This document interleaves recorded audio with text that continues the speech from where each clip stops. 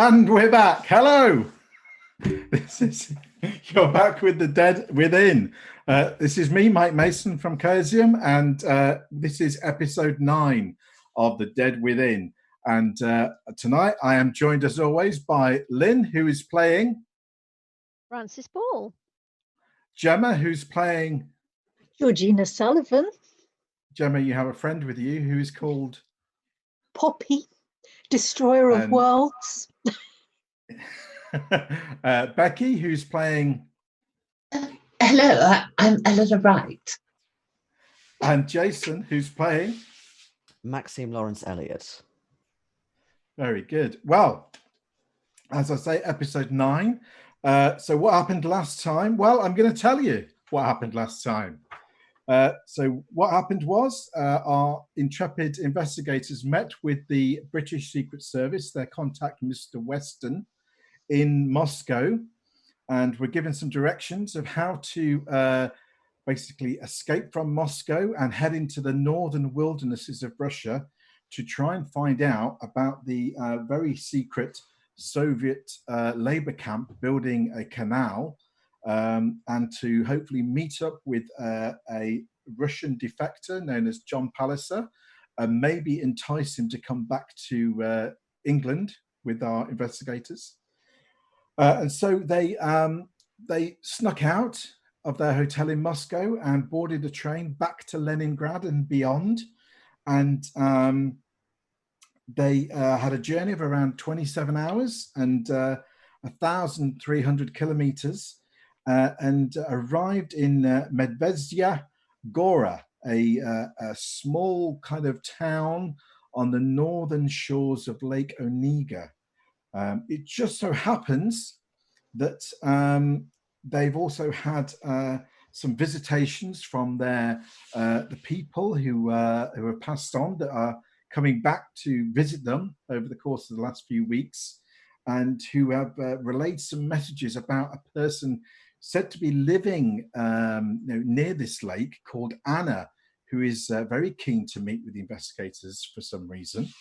And so they arrived in the middle of the night in Medvezhya Gora and trucked through the town and out into the wilderness, through the forests, got lost, got very cold, got very wet, but eventually found their way to the small kind of settlement north of the town, the colony, the Hinsky colony, where they were told by their Secret Service contact, Weston, there would be someone to look after them and greet them, somebody called Oleg Bilam. So, as I say, our investigators traipsed through the snow, through the wilderness, and found at the end of it this colony, and they found a cabin with a lantern lit outside. And then what did you do? Sprinted into it. We did. We sprinted into it because we could hear the alarm behind us. There's howls we and burst noises. through the door. Howls and noises of strange things in the woods that you decided to scarper away from, and so just jumped straight inside this cabin, and which is where we left it. So you jump inside the cabin. Inside, what do you see? Well, what you see is a man. He looks about 50 years old, short. It's kind of like a broad, kind of tough-looking guy with unruly grey hair and beard, and but a badly scarred face, and what looks to be an odd eye. Maybe it's a glass eye because it's looking a little odd on his face. And he kind of looks at you in surprise. What do you do? Hello, what's your name? Can you help? They're chasing us. In Russian. In Russian. Okay. He says, no, and he says in Russian back, never mind who I am, who are you? Well, never mind who I am, who are you? Oh, goodness. He's looking very, he's looking a bit perplexed. Mr. Billum. Yeah. Okay, we You- found the right place. You I do. are from Western. Yes, I apologize for her. We are very, very tired. We have been up all night. You say that. I wanted him to say the name so that we knew we found the right person and they weren't just playing along and playing us because Mr. Weston, when all of his secrecy and things. I'm just going His to name lock we and weren't bolt the supposed to door. mention, but never mind. We got a little jumped in the woods, but I believe you have some accommodation for us, Mr. Billum. Yeah, he basically shows you up to five separate double cabins, pretty basic. Ooh, doubles. Each holding a couple of beds, but plenty of warm blankets and sheepskins, stoves, and they're all lit and warm, and you just find yourselves kind of collapsing really into your beds from sheer exhaustion. And he kind of leaves you to it without saying a word. I am too tired to care. It could be a trap. He could be selling us for spare parts to the Zalozny. I'm too exhausted to care. I shall just fall asleep straight away with all my clothes on and without taking my lipstick off. If there's like a double door type thing, if it's one of those, then Maxime will put his sword cane through the handles just to try and bar them. Right, it's just a single door, just a cabin. Oh, single door. Okay. Yeah. He might try and Yeah, prop under a the chair then or doorknob. something like that. Yeah. But Okay. apart from that, yeah, he's going to flop as well. Okay. Anyone doing anything other than that? I'm in a cabin by myself and there were screams outside. I don't think I can sleep like this. Oh, there must be some alcohol here, or tea. I'm going to rummage through the cupboards. Okay, there's not a lot in the actual rooms themselves, other than blankets and bedding. There's no alcohol or there is a stove, as I say, but while there's a pot and some water, there's nothing really to make anything other than hot water in your room.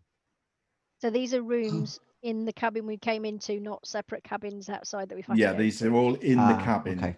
Right, I see. okay. I Oh. wasn't sure whether we'd actually gone outside. Okay, well, that's a relief. I feel a bit more calm then. Okay, maybe I can sleep. I can sleep. I can just, yes. Okay. Okay. You Still all putting a drift chair off under the very door, though.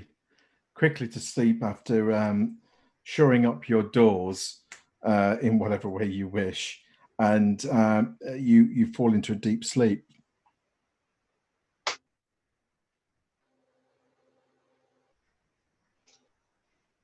A very deep. It's so Francis, deep it freezes the keeper. Hello? Oh, Go again, hello? Mike. Can You you hear froze me? You froze for a second, Mike. Oh, okay. In the middle of the night, Francis, you're awakened by a tap on your shoulder. Hello, Harry. Oh, hello. I just thought I'd come and say hello. You were thinking of me, I think. I think you might have been dreaming of me. I heard you. Don't take this the wrong way, Harry, but I'm rather tired. It's been one heck of a day.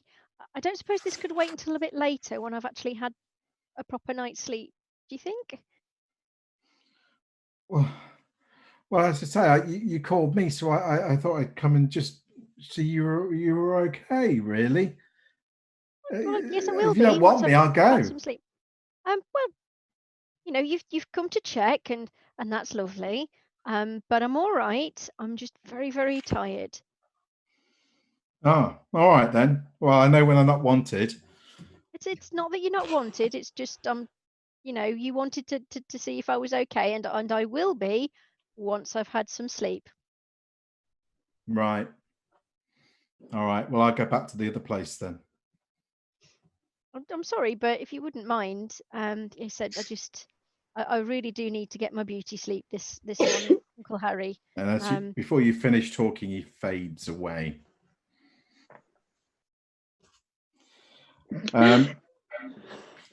Is that going to be the last thing you ever say to him? Maxime, you're similarly awakened by Edward. I would imagine it's a bit more of a tap. It would be a bit more of a slap or a vigorous shake because he's in such a deep sleep. Yeah, more of a kind of a shaking your shoulder. Obviously the room's pretty dark, but you know kind of pretty much instantly it's him, and he just says, I just wanted to check you're okay. I've had this thought that you were in danger or something. Are you okay? Well, you've taken your time to ask me. I wasn't particularly when we had that argument, but I've gotten over it, and now I'm extremely tired. But I suppose, yes, I was okay. I still am fairly okay, but I would prefer to get some sleep. Can I light a candle? I want to tell you something. All right. Are you sure? You're on your own? You're not sharing with Francis, are you? No, I thought we were in separate rooms. You can all be. Yeah, there's enough room for you to be separate. Yeah, rooms, that's what we. Assuming you were, but I thought I'd just double check. Yeah.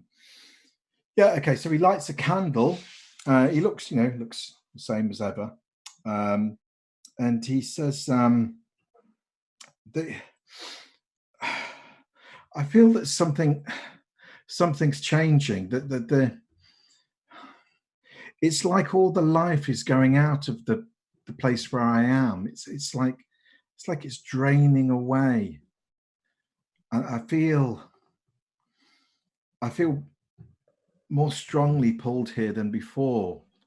It's like I felt that you were you running or something. There was some noises and you were running. I felt I could. It's almost like I was there watching you. I could sense, what you were doing." I'm assuming you're referring to when we were near the lake. There was a point. The water. We had a bit of a fright. We were certainly near a large body of water, yes, but it was also very dark and we were very lost and disorientated. But there was something very scary that happened there. More so affecting the ladies, but I imagine that's not the only thing that's going to happen whilst we're here. Well, I just wanted to make sure, and you seem okay. You look really tired. You should sleep. I'm pleased we're both on the same page there, Red. And with that, he more or less fades away. Meanwhile, Eleanor, Mark appears in your room, saying that he looks really worried. Actually, he sort of says, "I'm afraid. I'm afraid something's happening." Mark, keep your voice down. I can't have a man's voice be heard in my bedroom. People will talk. Well, nobody will hear me. It's fine. No problem, Mark. There's something is changing. I feel stronger here than I did before. I feel like I should be here. The time is close now. Where are you now? You must be near. Are you near the water now? Are you near the water that I'm in? I'm very close, Mark, but it's important that you do not tell her Anna. I've seen an Anna. She's the others have said they told me that to pass on the message. Anna needs to see you. She says she has something she needs from you. I know. She wants something that we have, but I'm not sure yet what her motivations are. We have to find that out before she knows that we're here. Can't risk her taking what we have. She's Her quite, motivations may be wrong. she's different. She's different. She was where I was. I think she must be one like me. I think she must have died and has come back, because I saw her in the other place. But that's what I wanted to tell you. I remember now the water. You know, the water that I've been in the water. The water Yes. it's draining away. It's like there's nearly nothing left. I think the water is the link. I think it's what makes this all possible. If the water goes, then I may not be able. I might fade away permanently again. You the to find canal. where the water's going. If you can, a canal. Is it going into that? If you stop the canal, then the water will return. Surely, if they're. I'm really quite worried about this, and he just looked genuinely quite concerned. I'm a little shocked myself. Now, I thought it was because Huber was getting close, but no, whilst that is true, I'm also now concerned about the canal. If that's draining the water away, is that good or bad? So many questions, Mark. I've been traveling all day. I'm very tired. I've just arrived. You look tired. You look like you could do with something to eat. That too, and a cup of tea. But we've just got here. I'm going to sleep first, and I'll worry about food in the morning. Very well, but you remember what I've told you. I think it's really important. And he kind of, I will let you sleep now. And he fades away. There's not long left, Mark. There's not long left. And meanwhile, funnily enough,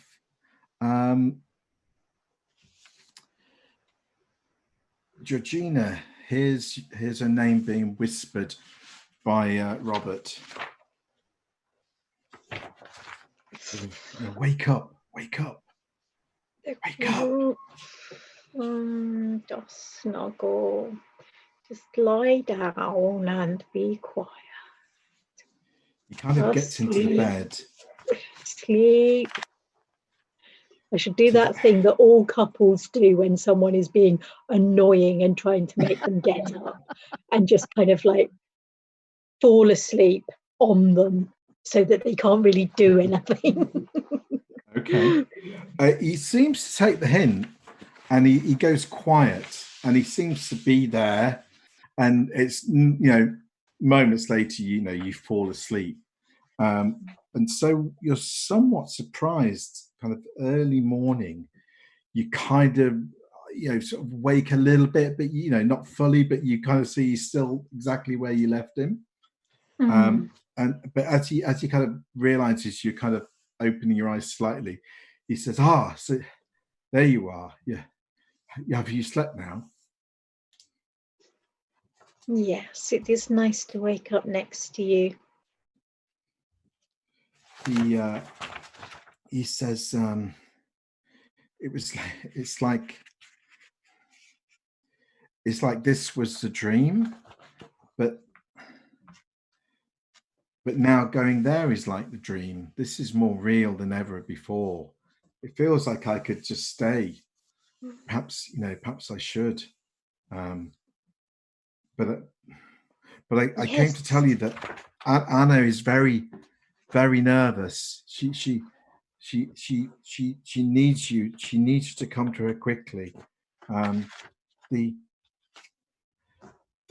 place where we are, there's no horizon.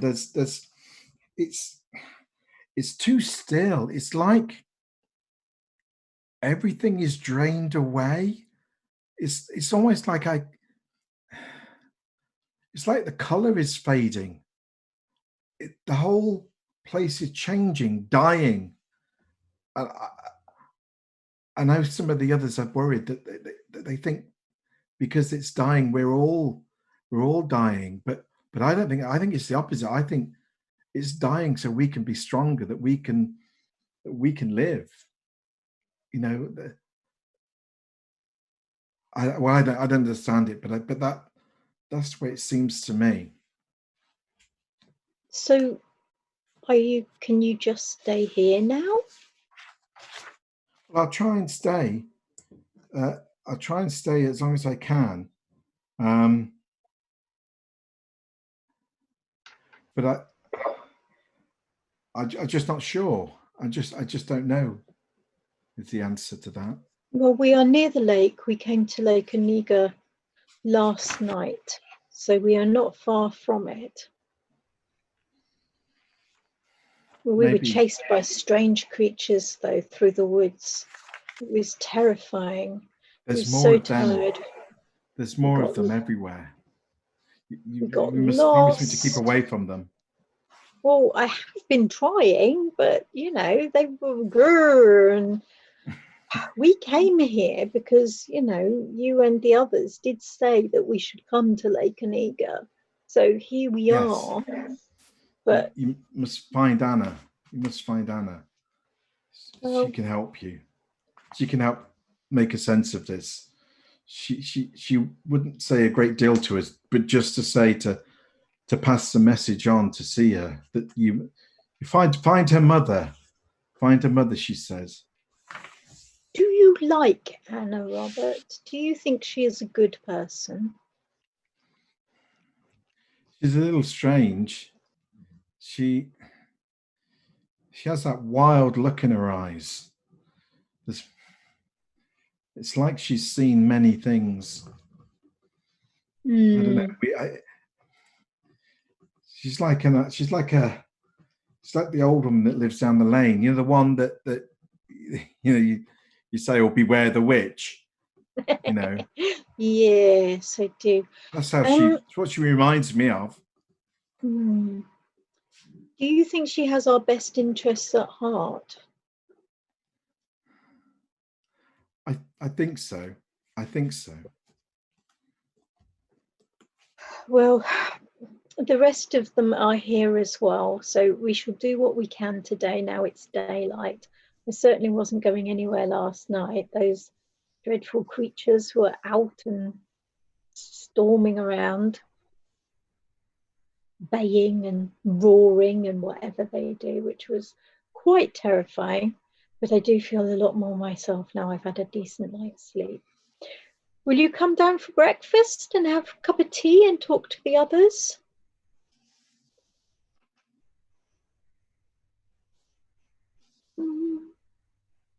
Maybe. I definitely need a cup of tea after all that. Oh no, got a frozen mic. Oh no. Oh no, we have lost him. Oh. We'll be right back, everyone, once we've found where Mr. Mason's run off to. Yes.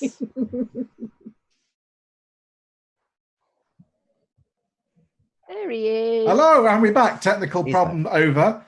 Here we are. Okay, so you're talking to Robert, and at that point, you hear a knock on your bedroom door.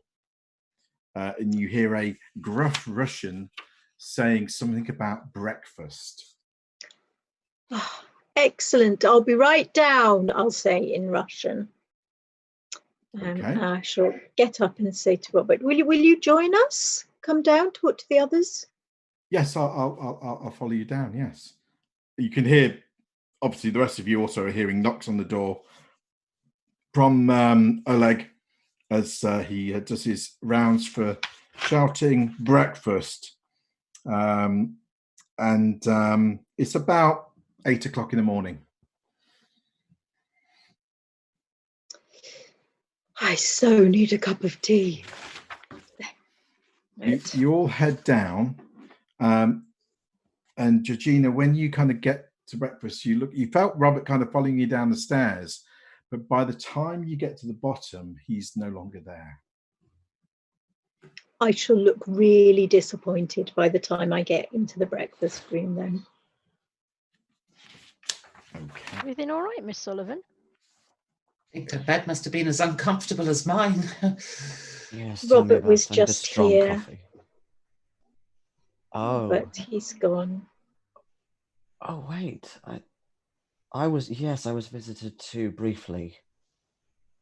Myself No, also. so was I. I guess our He's connection Interesting. must be stronger here, but also, that he said that the water's draining from the lake on the world of the dead, as it were. I wondered if the canal had something to do with it, or if it's just because Hubar is close and the time is near. It felt like the energy was draining away, as if it was preparing for something, is what Robert said, as if he felt that like it was, I don't know, the water was draining away from the other place, but he was feeling stronger connection to this one. There was, in the ritual, it was about the option of doing it at the right time. If you remember when, in the words of the ritual. Yes. And I wonder if that is now approaching. That wouldn't surprise me in the slightest. He certainly seemed adamant that we looked for Anna or Anna's mother and talked to her. Can we Lady trust called her? Zoya. Can we trust any of them? Who knows? We don't really have any other kind of plans, do we? Well, that is an interesting point what Eleanor says about the canal. If there really is that much real worldly influence going on, maybe we'll find some more answers if we explore there. You're sat around the kind of the single big kind of wooden breakfast table in the middle of the cabin. Oleg is kind of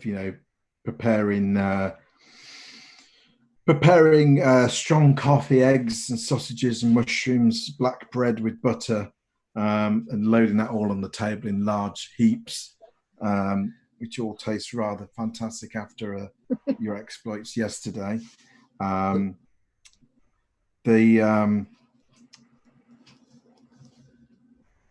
the water pump in the sink makes quite an alarming sound when you're having this conversation. I have to keep stopping because this sound is really noisy and annoying. But other than that, I actually ask him about that.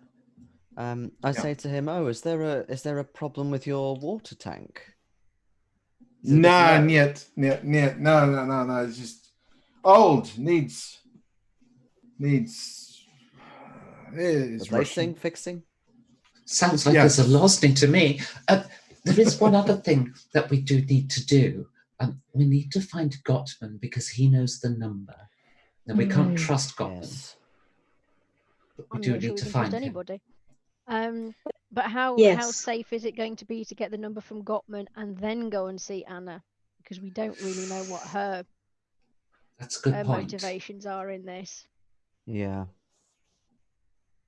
He joins you. Once he's made everything, he'll join you at the kind of one of the heads of the table, sits down, and proceeds to eat whatever's left of breakfast, and he sits there quietly, kind of nodding, whatever. But I presume you are talking in English.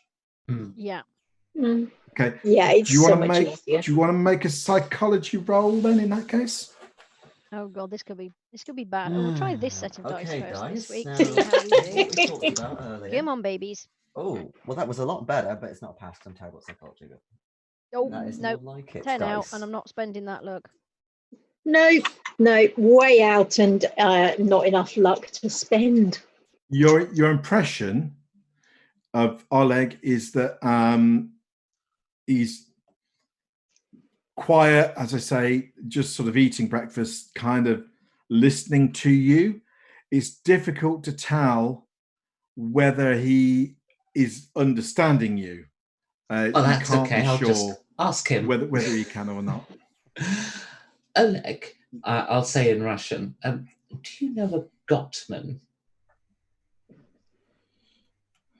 He shakes his head and he says, he kind of shrugs his shoulders and says, Pindushi. What's that in English? Oh, hang on. Yes, no, that is actually Pindushi is part of his address. He says, Gottman of Pindushi. He says, Pindushi, that way. And what was Anna's mother called? Do we remember? Zoya.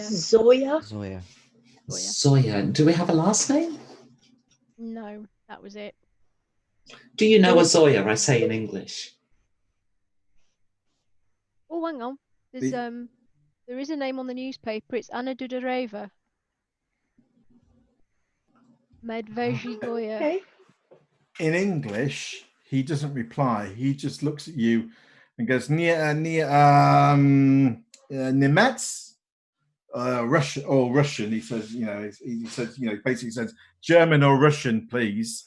And he says, Zoya, and he then says, Durariva?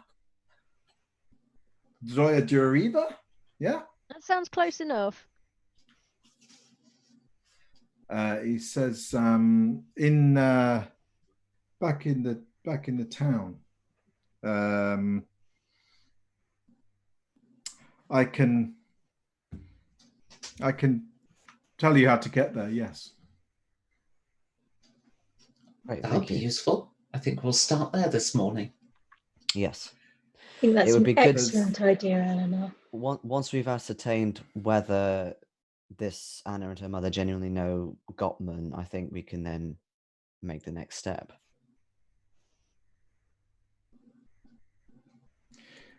You just as your conscience, just to remind you, you were told that John Palliser would visit Medvezia Gora every 3 or 4 days around noon off the boat from the lake. And obviously, Weston is expecting you to talk to him. Obviously, whether you want to go and see if he's there today or not is up to you. But just to remind you that it's one of your official capabilities and duties.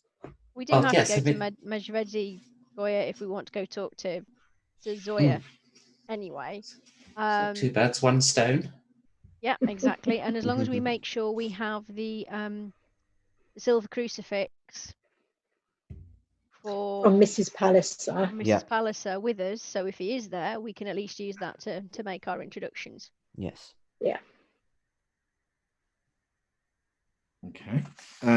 Anything else you're asking, Billum, while you are having breakfast, or are you finishing up and then getting directions to Zoya Anna's house? Apart from, is there any more breakfast? I can't think of anything. Seems just wolfing it down. Sandwiches. He'll make you some more coffee, and One last thing. Around. Have we decided if we are going to tell Pallister that his wife is defecting, even though she isn't? I don't think we mention anything in particular unless he asks us. Well, he's going to ask. We're going to use the crucifix as a means of, Well, we'll just say that his wife sent it to him. I'm just wondering. I mean, she doesn't want to leave, though, does she? That's the thing.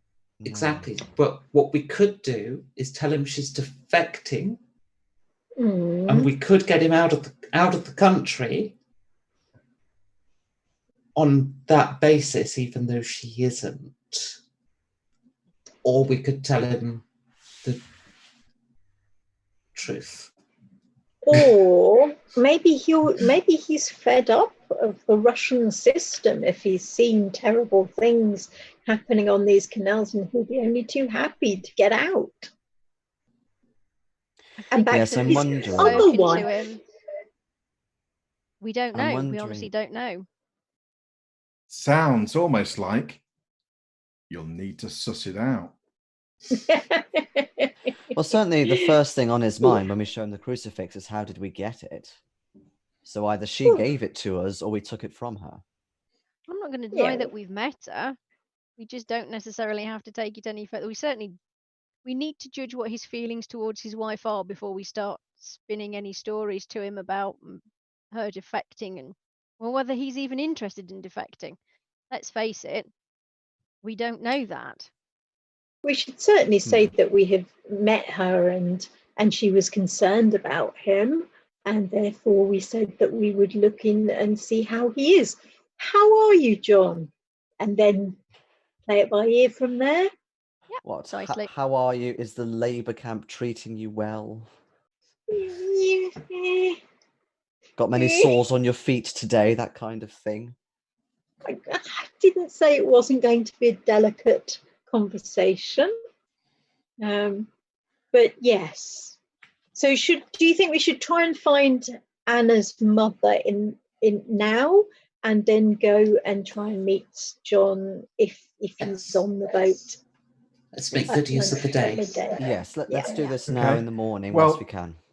By the time you are finished breakfast, dressed, and had a chat, it's going to be around 9 o'clock. You'll notice that it's still dark outside. Oh. Okay, yeah, that's Probably we're the nearly the middle of sky. winter. We are pretty far north after all. You Has are it pretty been far dark north. outside?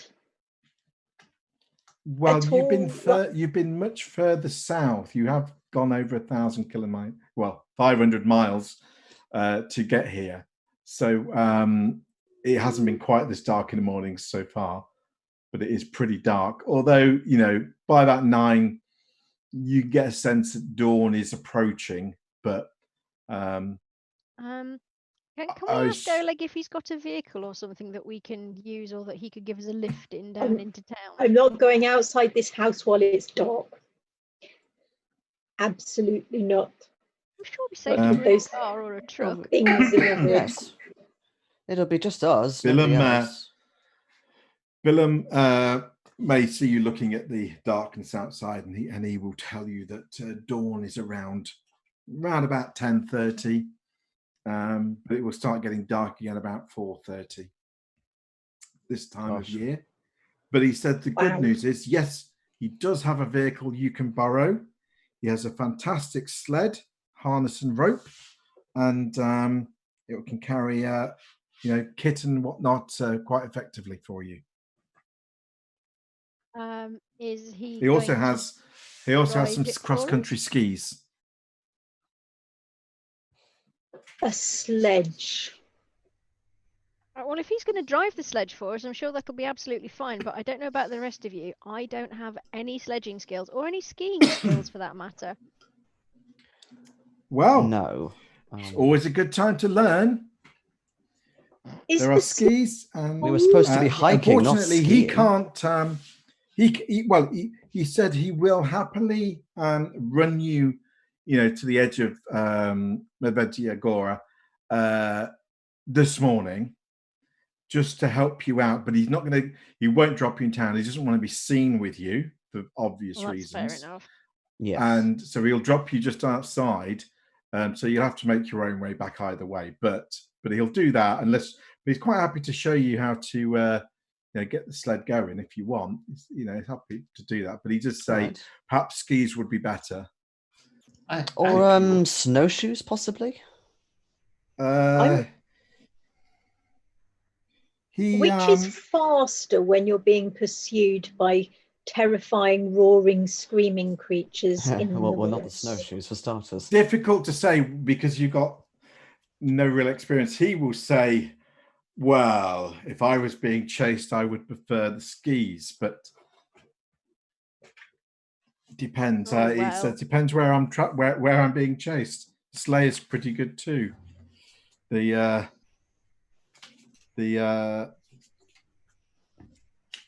horses will pull it along at quite a pace. So it's a Eleanor. horse-drawn sleigh. Yeah. He said, what are you expecting? Oh, I thought you meant a motorized.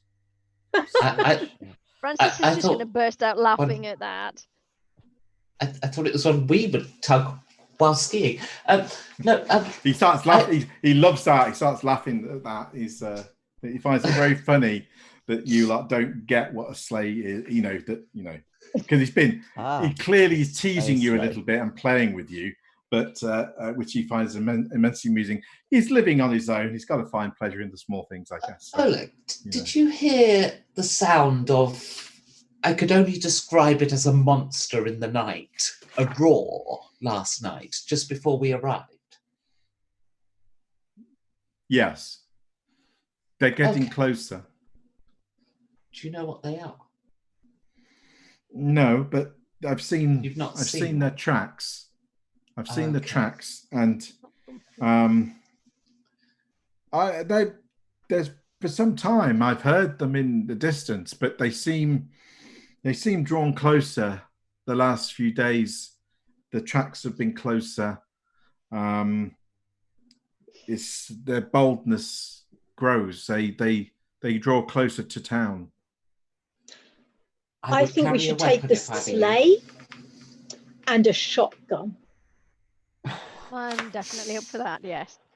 All right. Well, I can try and get the horses going. I've had a couple of equestrian taunts. That sounds good. So are you, when you say shotgun, are you asking Oleg if he's got... I say that generally to the room, looking very hopefully at Oleg.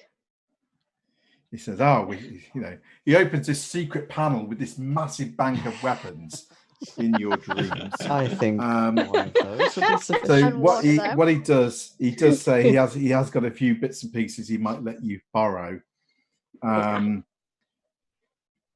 He says there are you actually notice by the door there are a number of sticks, otherwise clubs, that are by the door for giving things a whack.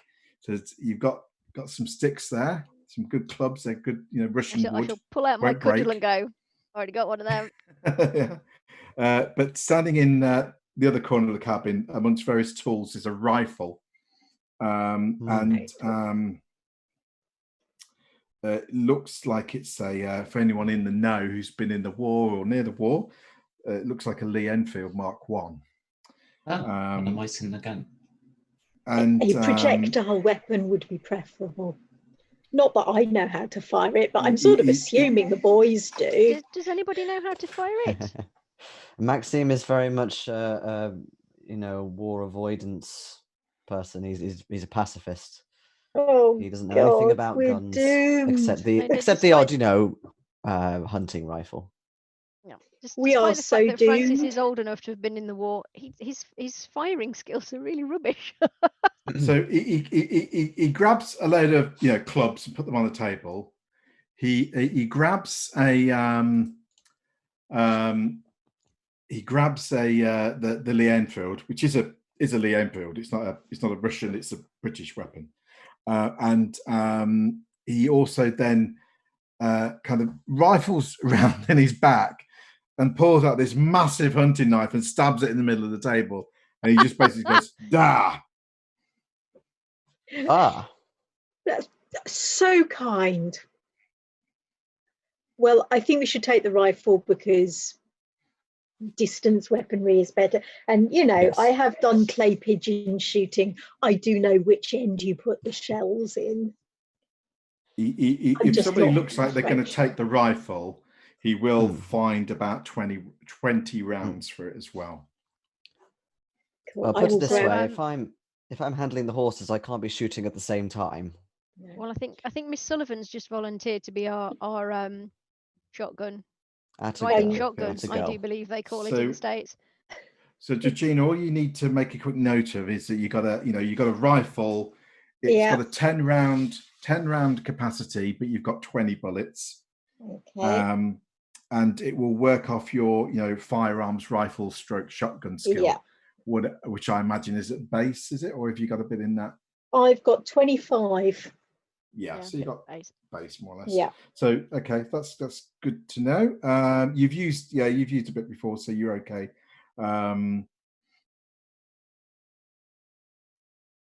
Did anyone take the hunting knife? Yeah, go on. It was certainly. You I like mean, the I love my knife, pen don't you, knives, Francis? but I can do both hands at that point. Okay, so you've got a hunting knife. Just so you know, it's got its own belt and scabbard.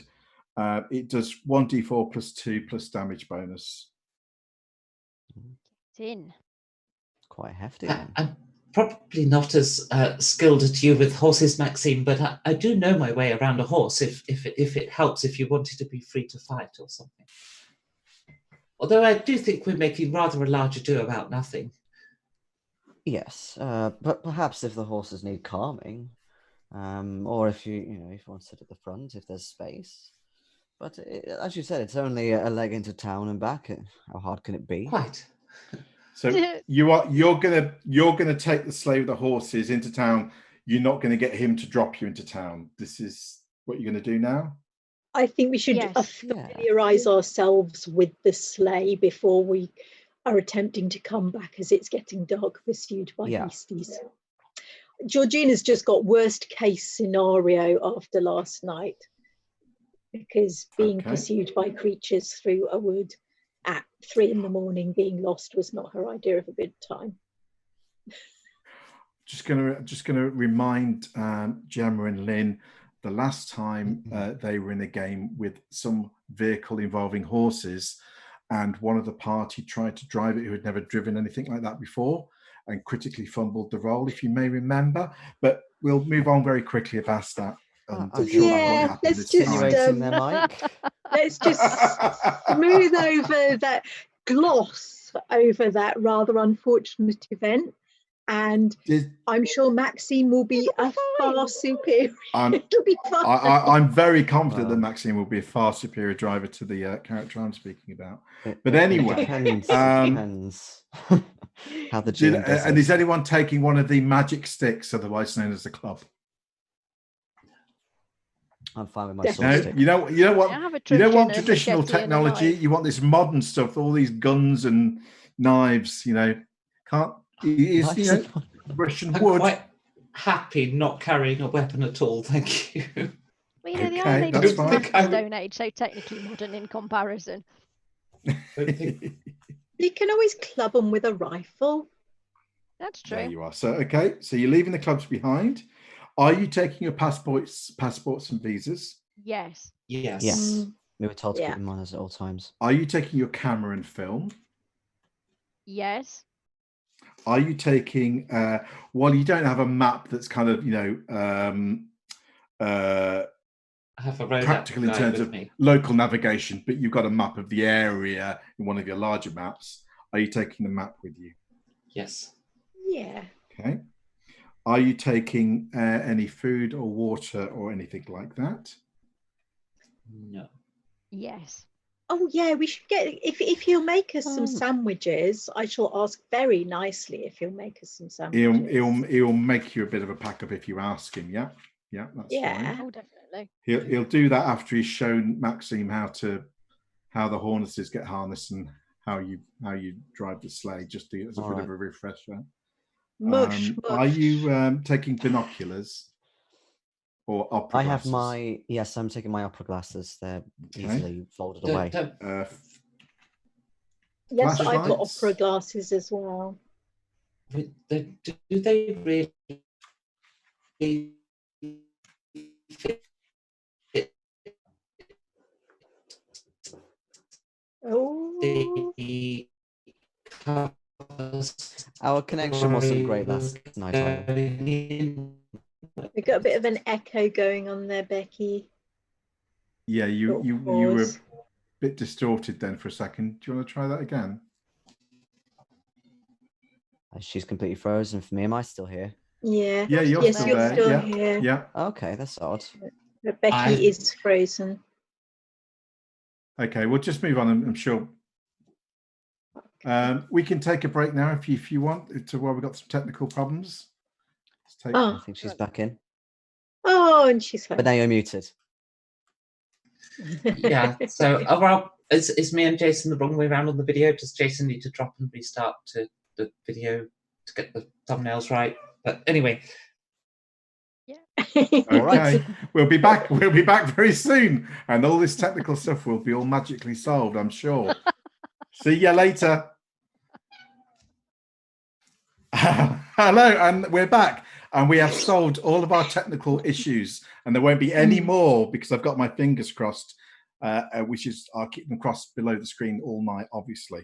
So we're back. So we were just checking on what we're taking out on our little excursion out today. We are equipped with all the suitable spy equipment of binoculars, spy glasses, cameras, maps,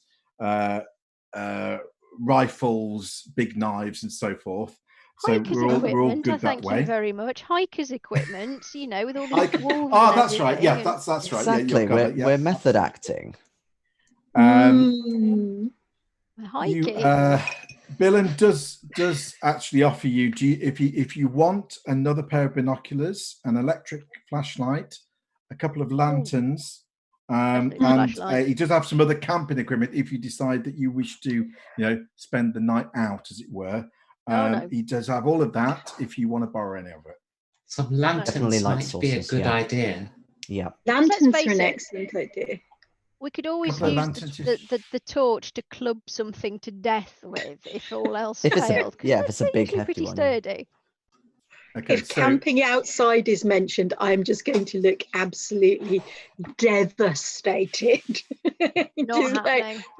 No, absolutely not. No, we won't be doing that. No. So you refuse the camping equipment. You take the two lanterns, which I presume you just stash on the sleigh. Mm-hmm. The electric flashlight. Does somebody actually take that? Yes. And who does that? Takes that? Eleanor, you can have that. Okay. I'd rather have a lantern. I trust those. Right, electricity in the middle of the wilderness in winter. Good grief. I'll take the flashlight. Well, it's blankets to put on the sleigh because it might get cold. A couple of blankets. Blankets on the sleigh. Yeah. A couple of blankets on the sleigh. That's okay. And did anyone take in the extra pair of binoculars? I have opera glasses. That might be a bit suspicious. Okay, so that's a no then, I guess. Okay. No one's taking any skis, sticking them on the sleigh either. I think we probably should. I mean, it's going to be comedy, let's face it, but we might as well put them on the sleigh. I have no idea how to ski. Or just well, again, we could always use them to just bludgeon things. Or stab them with the poles. The ski. Oh, well, yeah, the poles. Well, let's put 4 sets of skis on. And so 4 sets of skis are going on the sleigh as well. Okay, cool. Okay. And then Billum, slightly laughing, sees you head off with Maxime driving the sleigh through the snow. You're all wrapped up. Tea time. Pretty cold. And I'm sure it'll all be a wonderful day out for you all. Yes, German market and everything. By the way, one thing I forgot to mention when Oleg was saying what he could provide you, he does make it known to you that he has a boat on the lake. Should you need to, go out into the lake or anything like that. Now you're talking. He's got that. Okay. I do have experience in boating. So you're whipping these horses along. Everything's going fine, but let's have a drive sleigh roll, which I've worked out with your current skills. Maxime, you've got about a 30% chance to drive this sleigh without any problems. Oh, bang on 30. It just so happened. Is it? Well, have a tick for that. Have a driving sleigh tick, and it seems like Maxime has done this before. You can also put a tick in disappointing the GM. Yes, I will put a massive tick there. Fantastic. I don't know what all the fuss was about. He's fine. As he promised, Oleg has given you some directions of how to find the Zoya stroke Anna's house. And it's pretty straightforward, go that way till you hit Medvedia Goya, and then in town go left and then right, kind of thing. So it's pretty easy to follow. And as by the time you set out, light is certainly available and day has properly started, so you can see where you're going. So it's not quite as difficult as it was in the dark to follow the track and the path, that you got a bit lost on last night. And before you know it, with the horses, going, you reach Medvedia Goya, and you can drive through the town, more or less, outside of the house you're intending to go. Now, a cruel GM at this point would make you make another sleigh roll to navigate through the streets of the town, but you've impressed me on making your roll so far, so let's not tempt fate and let's get on with it. So that's the right answer, yes. you get to the place. The address is Ulitsa Sovetskaya 24, and it's a simple kind of house.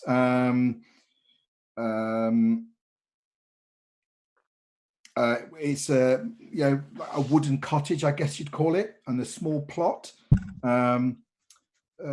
Perhaps it was once uniformly painted white, but now it's kind of peeling and parched, and obviously seen some better days. But it's still, quite a nice little place.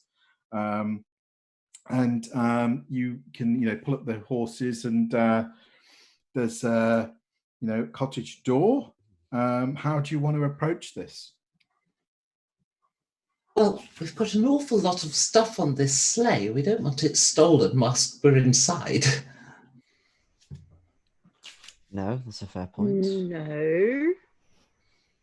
Do you think it's likely that somebody's going to steal it?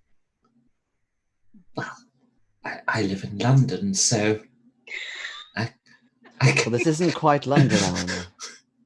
We're a little bit further out. It certainly isn't a bustling city you're in. It's I'm calling it a town, but it's near. It's certainly a little bit bigger than the village, but it isn't a sprawling town by any means. And as I say, there's not rows of terrace housing. It's plots of land with cottages and some municipal, more modern buildings once in a while nearer to the station.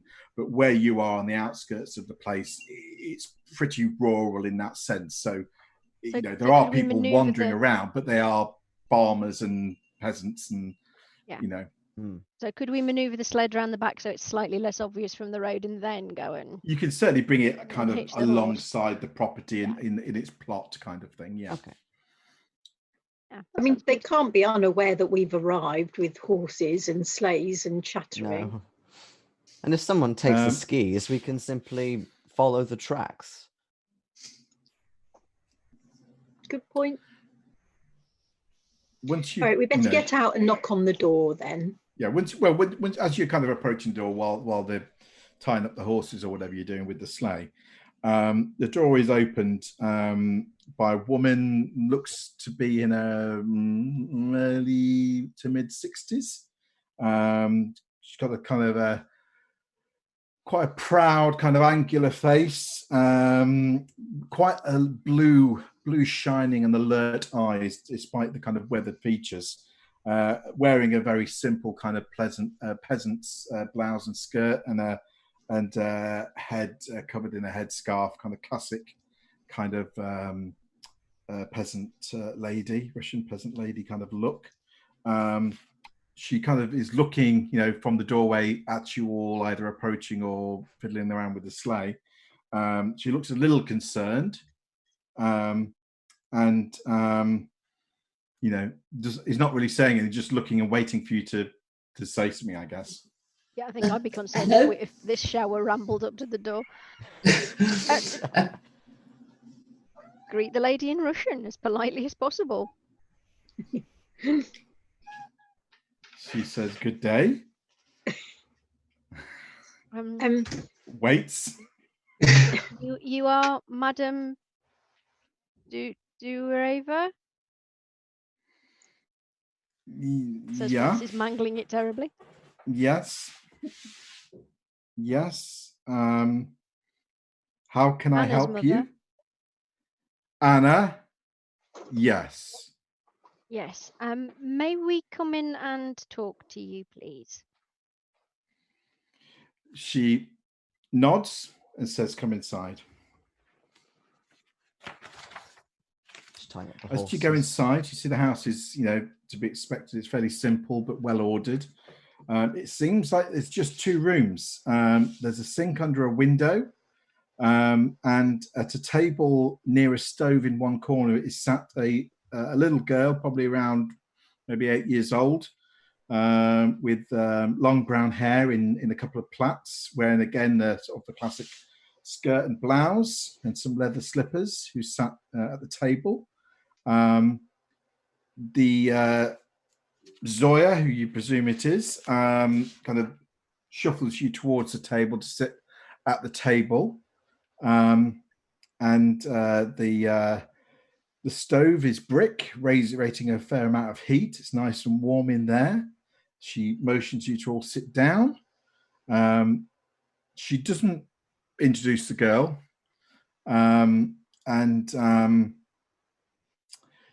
You see that there are icons hung in the corners of the room. There's a triptych of the Virgin and Child, and one of St. George or Igori slaying the dragon. And there's also another one, looks like a saint of some kind, not quite sure. But if you wanted to give me a hard no roll, then I would. Unless you've got some sort of religious skill. I would argue that Francis would probably know, seeing as he is a practicing Catholic. Okay, I'll give you a normal no roll then. That's what I was aiming for. Thank you. All right, let's find out what that is actually. Oh, it's not great. Yes, I made it as well. On the Okay. hard. Ooh, having a little close look. That's a You've hard made it? success. Okay, well, you know that this is St. Paraskeva, or Piaznitsa, the patron saint of water. Aha. How appropriate. And the rest of you aren't looking at the icon, but are maybe looking elsewhere. Could I have a spot hidden roll, please? You can. Ooh, yes, that's a good success. Okay, you notice that there are singing nettles hanging in the windows, and there's also a cross carved into a lintel above the door. Okay, So that's you're quite.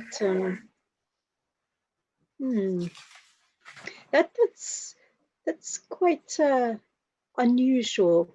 I'll kind of look at Eleanor and just kind of flick my eyes towards them. I've seen them as well, but I'm quite comfortable in the home of a good Christian.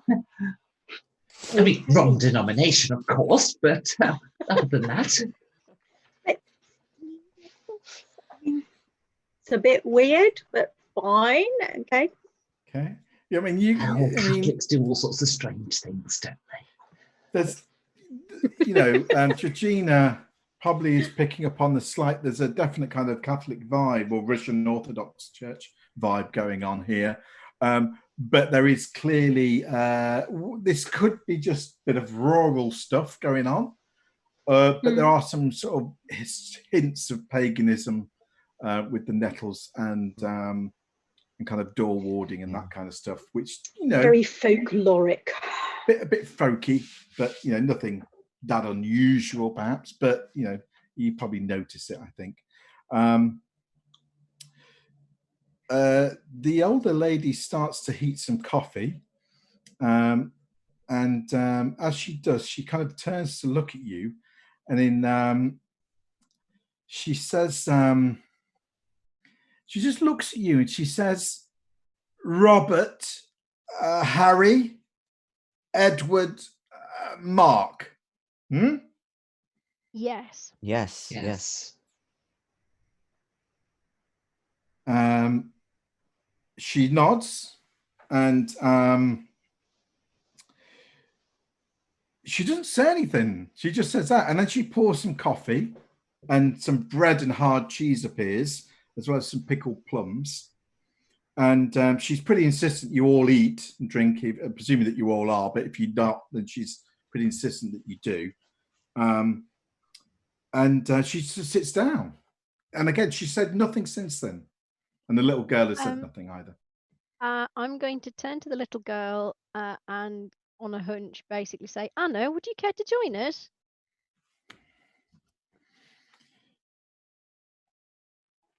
She, the little girl turns round and says, "No, I am not Anna. Anna is my mother. I am Bella." Ah, That's what I was thinking. Sorry for the mistake. But would you Sorry like to for your join us, Bella? loss. She looks at you and just sort of, she just sort of shrugs her shoulders. A theory is coming together in my mind, but I don't want to be the one that turns to this nice lady and says, "So, your daughter, did she drown in the lake?" Because I think that would probably be really indelicate. Yeah. But I'll sort of attempt to, I don't know. So how do you know that Robert and Edward are friends? I shall say in my stammering Russian. Did Anna tell you about them? Yes, Anna. Anna told me. Yes. Will she be long? Yes. One moment, and she sort of turns to Bella and says, "The girl will take you." And you see at that point, Bella kind of big smile and sort of nods. "Yes, I will take you to Mother. Yes." Okay, lovely. Let's go see the strange lady. Well, that's a little different. Bella sort of jumps up and starts getting a big kind of coat and scarf on, and all some big boots on, and the old woman who you presume is Zoya, looks at you all, and she puts 3 fingers and she sort of does that. 3 hours, yes? 3 hours, Bella will take you. It is a walk. 3 hours. 3 hour walk. A 3 hour walk to where she is. Yes. We have a sleigh. Bella says we won't be able to use the sleigh where we're going. We'd have to leave it halfway. It may not be good to leave it there. Wow. Just follow me. It'll be fine. One of us should stay behind then. We've done this before. It will be fine. But if you're here to see my mother, then she will want to see all of you. Is she? What at the time lake? is it now? It's probably around about somewhere between 11 and 11:30. So one of us needs to stay behind. We do that first and come back. We have an appointment. Well, maybe. Where was it that we were going to see John? We were going to go down to the docks and see him. Yes, the docks. They're not far from where you are. He's supposed to be there about noon in about half an hour or so's time, if he's coming today, because he only comes every 3 or 4 days. I think we need to make, because if we miss him, we're stuffed. Okay. So shall we ask if we can come back? Yeah. Can we come back later? There's someone we're trying to see. Can we come back after we've seen if he's coming in today, please? They kind of look at you and go, yes. Okay. We shall return in a little while then. Yeah. Okay. She says, yeah. Fine. And Bella says, I'll be here. I will take you to Mother. I'm just going Seriously 3 regretting hours. not getting that in camping night. gear now. What's the name of the place where your mother is? It is through the forest. Of course it is. Ah, not by the lake. Oh, I thought she died in the lake. She goes, no. She is not dead. Oh, This is getting weirder by the second. Oh yeah. We're just walking straight into a gulag trap or something. Yeah, Maxime actually needs to step outside for a bit of air. So he does so. Okay, well, you kind of, I guess Yeah. I'm making an excuse because you need to get onto the Yeah, to- we need to to go and dock see if if you Mr. wanna get there Palliser's in coming time. in. So right. you kind of, you say you'll be back, soonish, and they smile and don't say a lot more, and they'll see you later, all being well. Let's hot foot it to the docks. So you may as well walk it, obviously, from where you are, Yeah. rather than getting the sled out again. So you, there we go. So you find your way. It's not hard to find. The water's over there, so the docks will be. So you kind of walk in that rough direction, and you find you see the little wooden railway station that you arrived in last night, and you realise, because you remember that the station was on a rise, kind of, you walk down into the town. Yeah. As you go by it, you now can see that actually, if we actually sat up there, basically by the station, we could look straight down onto the water to the docks, and we get a really good view. And we wouldn't be standing around the docks looking like we're waiting for somebody. But you can do that if you want, or you can split up. But it would be obvious that actually we could just sit there. It's up to you. Yeah, I think let's try and be subtle for once in our lives, and sit up here and survey, and then at least we can work out which way he's going if he is on the boat, so we can intercept him rather than waiting down there mob-handed to jump on him. All right. Okay, so fair enough. You are all going to go wait there rather than split up. Yeah. Okay. Well, you sat up there for you're there for you're 20 minutes before 12 by the time you get there, so you got a bit of time to sort of get the lay of the land, and you can see that there's a handful of people who are clearly waiting for the boat to come in. A few of them have kind of bundles and possessions of some kind, stacks of things ready to kind of load onto the boat, presumably.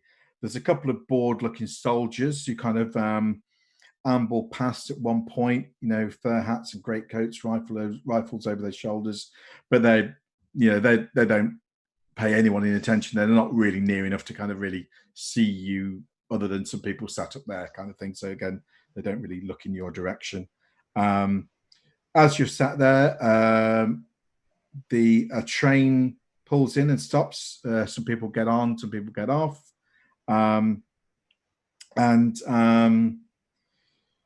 You hear somebody mentioning the word Zavanka, behind you at the station. So presumably this train is maybe heading that way, which is somewhere that you were told to maybe head to when you try to leave. Yep. So kind of confirms that there's at least one train a day that goes where we want to go.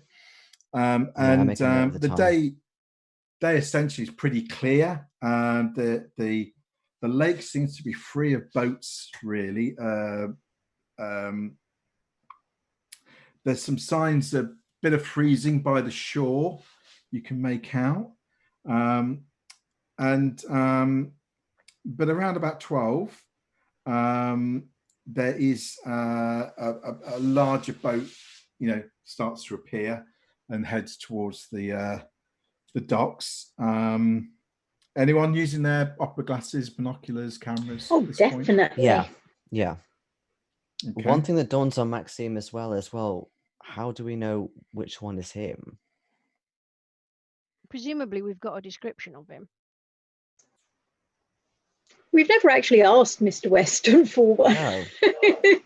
No. And if a lot of He's people the are coming one off that the looks boat at English. once, Yes, that's Yeah, what let's I'm going face it. with. Yeah, you haven't But he- really got anything particular. Mm. Yeah, That. It's we're one of He's them- not going to be wearing a red Classic- carnation. One of them classic Why- assumptions that Weston kind of thinks you know, or you didn't ask, and he thinks Why- you already knew. And Why maybe. doesn't one of us head down to the docks wearing the crucifix then? I mean, it's a bit subtle to just sort of wander around. You'd have to Well- go fairly close to people for them to notice. we can't it. really hold a sign up saying John Palliser. That's too much the other way. And I'm sure he's... Well, he comes I in don't with know. 2 guards. I remember that. That's true. If we notice a chap with a guard either side, that's a good... Yeah. Yes. Well remembered, Eleanor. You are very observant. Those of you who are using opera glasses and viewing instruments to watch the boat appear and where it appears from, could I have a navigate natural world or hard no roll? It's going to be a hard no roll. It's going to be a hard no roll. Yeah. Yeah, in Hard fact, I got no an extreme roll. roll. Extreme. Yeah, no, I can't even focus the damn things. And I got completely distracted by a really unusual bird that I quite wanted to draw that was going over in that direction. Quite sensible. Yeah. So, Maxime, you made an extreme, did you? Extreme no roll, yes. Extreme no roll. Okay, fine. Well, basically, based on having I'm assuming you've all looked at maps of this area since at some point in the last few days you kind of, where are we going, here's the map, and you've looked at it and got a sense of the lay of the land, and you kind of got an idea about what places are nearby roughly. The boat appears from around this kind of what you realize is a bend in the lake. It's heavily treed, so it kind of appears from as it comes around this bend. And you think that this boat, well, you presume the boat has come from, when I find the name again, I've just lost it. Where is it? There we go. Povinets, which is where where Weston thought maybe the camp was in the vicinity of or nearby to, which is hence why Weston might be on this boat, I guess. But basically, you'd guess that over that way, round that way. If you were going by water, or if you're going by land, you'd go all the way around that way. Is where the camp might be, basically. Okay. Okay, so the boat arrives eventually. A few people get on, a few people get off. Now, the key thing is, everyone that gets on and off is either, the majority are dressed like Russian peasants. There's a couple that are dressed in kind of army uniform type things. And, with your eyeglasses, trying to get a bit of a look at, their faces.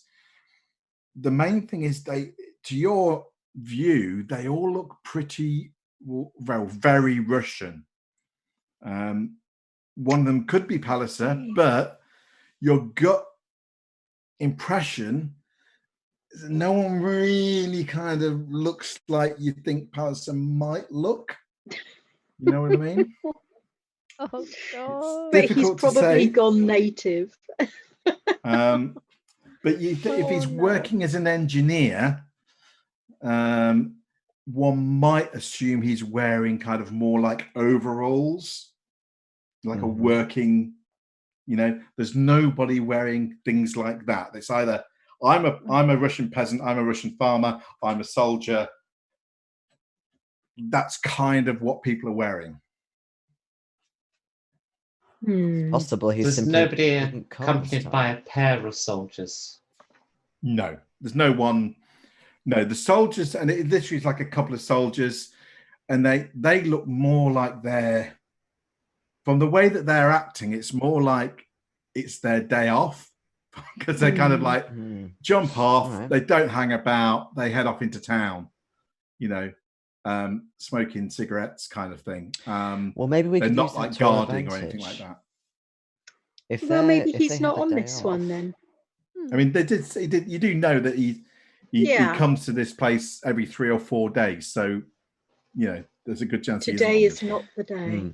If they have a Okay. day off and they are, say, getting drunk in the local bar, then perhaps we could try and get out of them when Palliser is coming, or at least overhear something. I'm sure they're going to blurt something out about the next boat trip. It's a bit dangerous, though, us being spies, putting ourselves in proximity of I people whose job it is to agree. find us. Mhm. I think we should True. concentrate on Anya and going wherever it is that Bella's trying to get us and get back before it's dark. Okay, Well, well, we know that he's not here. Our GM is doing a benediction. So No, I'm assuming he's I trying was to going get to our tell you something, but then I thought better of it, so I'm not. All right. Oh, you tease. Hmm. So, I what mean, do you want to do? yeah. Do you want to carouse with a couple of Russian soldiers, or do you want to go and meet Anna, who sent the dead to tell you she wants to see you? Want think- to see yeah. Anna. Yeah, let's go see Anna. Although I My am only seriously regretting not taking the camping gear. My only concern with meeting Anna is the mother was like, "Oh, she'll definitely want to meet all of you." I was the And most this- concerned about the granddaughter being so happy to take us. Well, she's Surely seen her she's- mum. But where is her mother and what's her mother doing? I'm glad that we brought the rifle. Do you And think the big she's knife. a shaman of some bread sort? knife. A witch? Let's go find out. Yes, Yes, let's okay, go come on, find out. let's go. Let's go. There's only one way. we can speculate Yes, on the way. The small child is unlikely to speak English. Okay. So, Because of that. you head back to the cottage where Zoya and Bella are, carrying on their day. When you, knock at the door, you're shown in again. You notice that Bella is sat back in the corner with, taking their coat off and everything, and kind of jumps up and says, she's the one who says, "Are you ready now?" Yes, we Yes, are. yes, we're Thank ready. you very much. Okay, so she throws a coat and scarf on again and boots on, and says, "Follow me." So, are you taking things like skis or You know what? lanterns? I've never And skied before. I'm going to try. I mean, obviously Bella's not got skis, so No. she'll be walking. I won't be but any if we need to make a faster. run for it, then yes, skis. Yeah, let's So, take okay, the so skis. you're all taking a pair of skis? I'm not taking skis if Bella's not taking skis, but I am taking the shotgun and a lantern. I'm taking I'm the going to- flashlight and some skis, yes, and all other gear. I'm going to be trying to teach myself to ski and then occasionally running to catch up. I'll I take a pair intend of to- skis as well. I intend to going- climb a tree and shoot at things if it comes down to it. I am going to leave my camera with Zoya because it's slightly too bulky to be carrying with skis and a flashlight and everything else. I think we should take some of the food and water because we're going to be away for a while. Yes, And definitely. why do I have a lunch. horrible feeling we've lost Mike again? Well, We we've have got on a nice Very good sandwiches. pose. We do. Yeah, have we've nice got sandwiches, the yes. sandwiches that Oleg made for us. We haven't got any water, but yeah, the bread knife and the shotgun are my priorities now. I am so twitchy and not Yeah, wanting to same. be out stuck. Come on, it's in a the dark. holiday, a chance for new experiences. Have you forgotten the screaming, Eleanor? Yes, I know you weren't saying that the night before. Yes, well, Nicely. I'm here to have fun and holiday. And we're back. And he's back. Yep, we carried it on for you. It's all good. I we really covered. quickly No do the one video noticed. order, don't we? We're all completely in the wrong All right, windows. quick, I'm not sure quick people video know order who we because are it's by now. hilarious. It's like playing musical chairs. All right, shall we stop and start for you? Okay. Okay, Yog Sothoth is trying to, cause some problems with our live feed tonight. However, we have quickly chanted a couple of wards and seen it off for a couple of hours. So hopefully we can carry on without any more intervention from beings from beyond. So, nevertheless, okay. So Georgina doesn't have some skis, but everyone else does. Is that right? Yes. We're Yes. also Yes. taking the packed lunch and I know. something to drink. That's Mhm. fine. That's fine. And a couple of Georgina's you are got a taking gun. lanterns. Yeah. Yeah, I got all I'm that. taking the That's flashlight. fine. Yeah. It's mainly the Good, skis, just checking it was just Georgina not having skis and Bella. Okay, I fine. feel we're going to regret this later. So You can always dump them Bella- and stamp things with them. So Bella walks out, resolutely out onto the semi-paved main road that runs through the town, then heads east away from the railway and station. As you go through more of the town, it all looks it's clearly a poor place. There is later, it's now kind of, past midday, obviously. There's not so many people about now as there were when you first sort of rode in. You see a woman watching from a window who quickly kind of, backs away when you kind of catch her eye. There's an old lady sweeping some steps with a birch twig broom. She stares at you, plainly staring at you all as you kind of, go by and cross the road.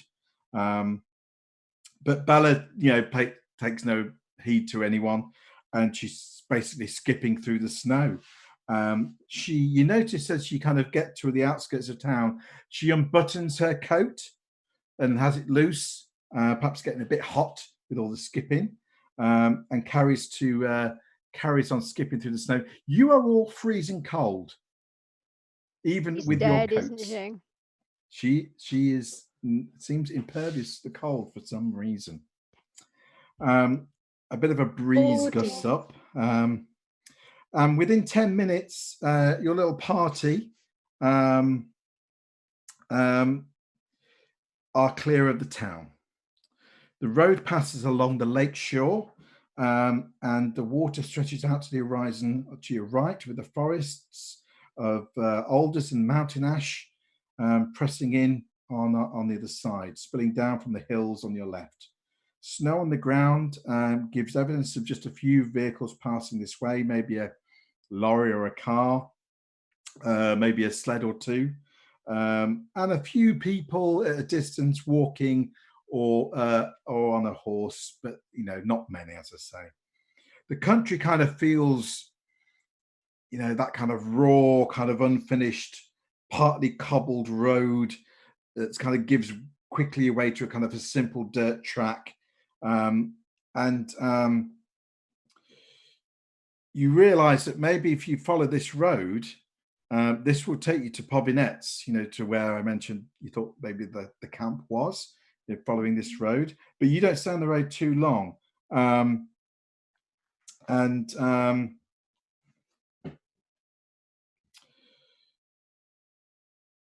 You go off the road into the forested area relatively soon thereafter, but just before you do you're walking quite close to the lake, and it's kind of less ominous than perhaps it looked last night and felt last night. There is little sound, and there's no real disturbances on the surface of the lake this time. You can see in the distance a little boat heading toward the town's quay. Again, nearer to you by the shore, there's a dusting of ice, but otherwise it looks, very normal. In fact, quite beautiful, really, quite picturesque. Everywhere the trees are thick, and snow covered, and you know, very almost Christmassy in a way. As I say, you start to go through the forest. You've been walking for about an hour. The scenery is unchanged, apart from a brief stretch of arable land as you pass through. You pass through another village. There's a few fields, so maybe a little kind of farming village. Bella will say this is Pindushi. It's just like a dozen buildings or so. Oh, hello. It appears very quiet, almost deserted, you'd say. You can see that the snow is pretty undisturbed, although, you know, it's difficult to get a good idea. You carry on. You go through the village and then out the other side, and you've now been walking about 2 hours. You covered about 5 miles or so, and been moving at a reasonably good pace because you're all less tired than yesterday. You've seen no horses or motor traffic, and almost no sign of people in the last hour.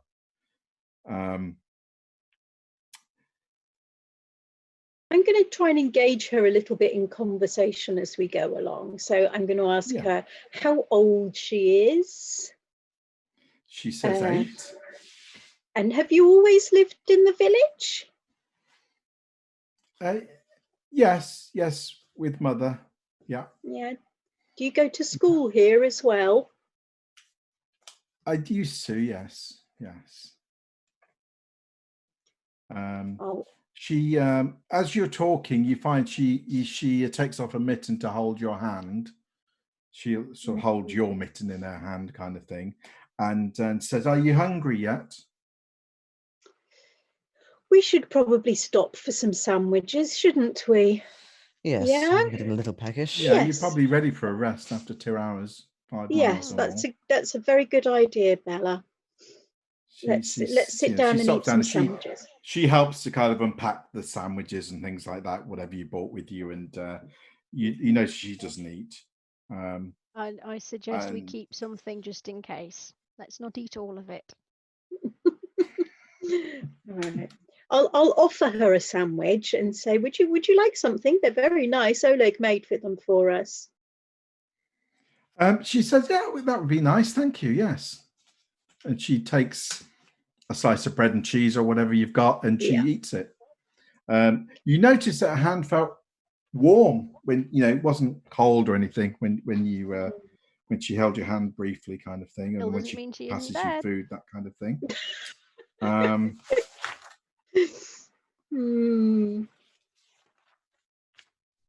Okay, but you have a brief lunch, have a bit of a rest for a minute. The cold starts to gnaw at your bones, and you think maybe resting too long wouldn't be such a good idea. We should get moving again and warm up a bit. Definitely. And again, the day is marching on and all that. So, and Bella is pretty encouraging to say, "Okay, let's go." Start skipping ahead again.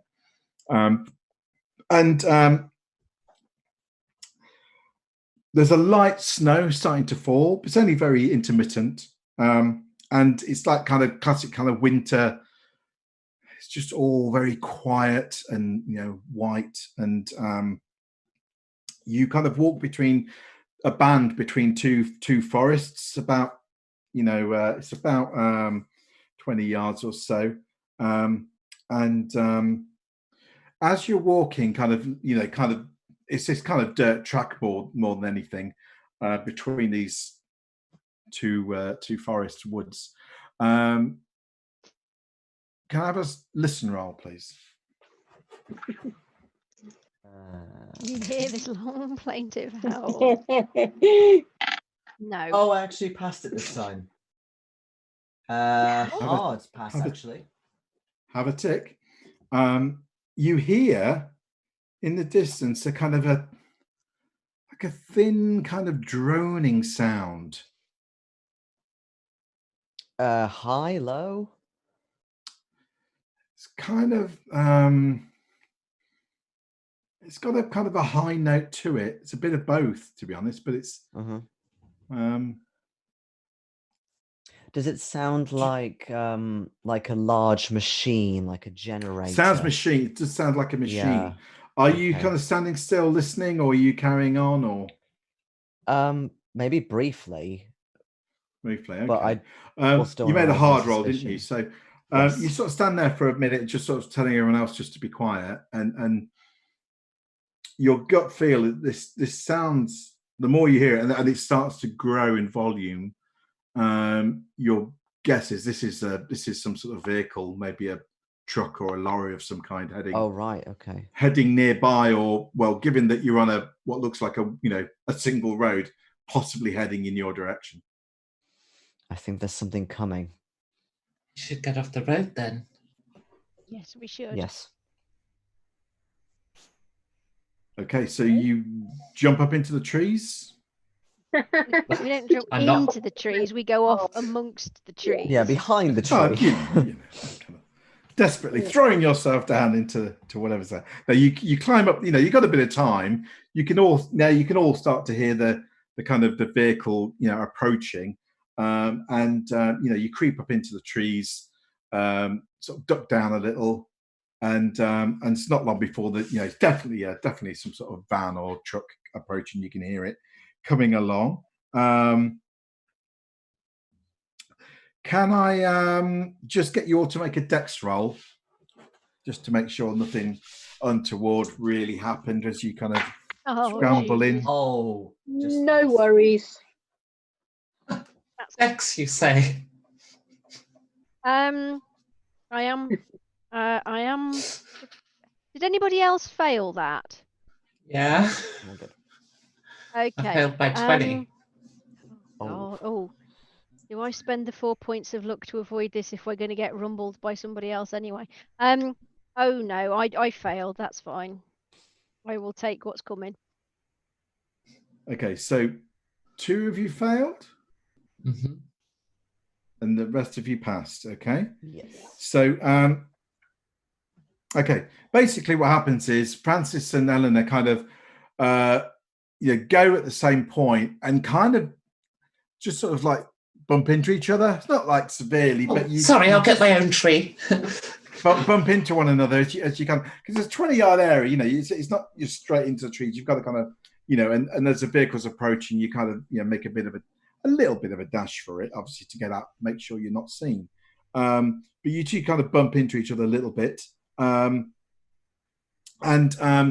you realise that you then run towards the trees. And as you get into the trees, you kind of realize in your head where the truck is now, there is a potential chance they may have just seen you head into the trees. You know what I mean? So it's a chance, is what I'm saying. So it's your choice whether you want to kind of stay where you are or kind of back further into the forest or do something else. How deep's the snow? Oh, you mean that the truck has been and gone, yeah?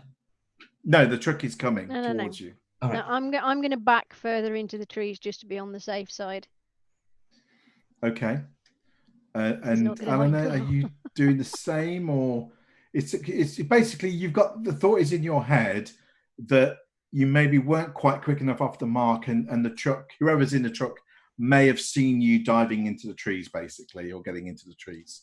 It's a chat. They may not, but there's a possibility they did. Yeah. Well, I don't particularly want to go deeper into the forest. I'll just hide here.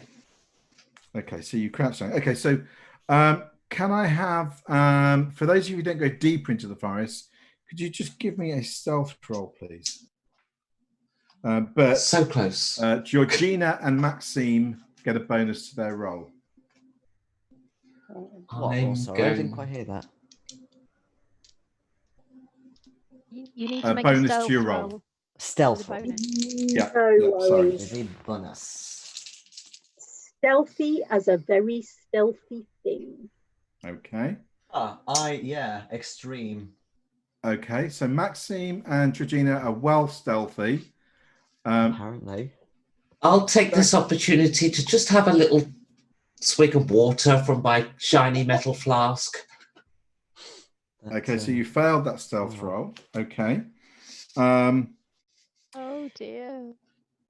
You see this, this van coming towards, and you see it kind of pulls up probably about 10 feet from where you are on the road. And you see two soldiers dressed in Red Army attire get out of the front of this truck. And you can see them looking around. They're looking, basically, they are looking in the direction where you went, Eleanor, basically. Obviously, at the minute, you presume they don't know exactly where you are, but you're guessing that they saw something. Obviously, Georgina and Maxime can see this as well. Francis, you're back further in the woods, so you can't see this. Do any of you want to do anything at this point? Not particularly.